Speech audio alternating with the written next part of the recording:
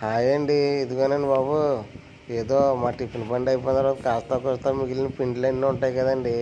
అదే మైదా పిండినండి, ఇడ్లీ పిండినండి, ఏ పిండి మిగిలితే ఆ పిండి అండి.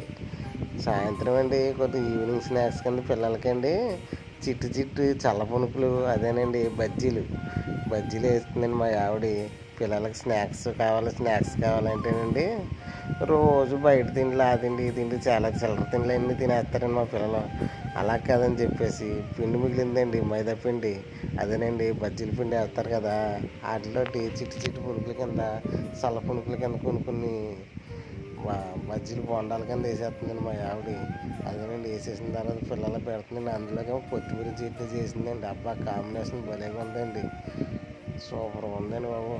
రాత్రి కలిపిన పిండి ఏమో అండి మరి అదొకటినండి. రాత్రి పుల్లటి పెరుగు పెట్టేసి నానబెట్టేసి మరీ ఉంచేసామండి. బజ్జీలు అయితే మాత్రం చాలా టేస్ట్గా వచ్చేసినాయండి. చాలా చాలా బాగున్నాయండి.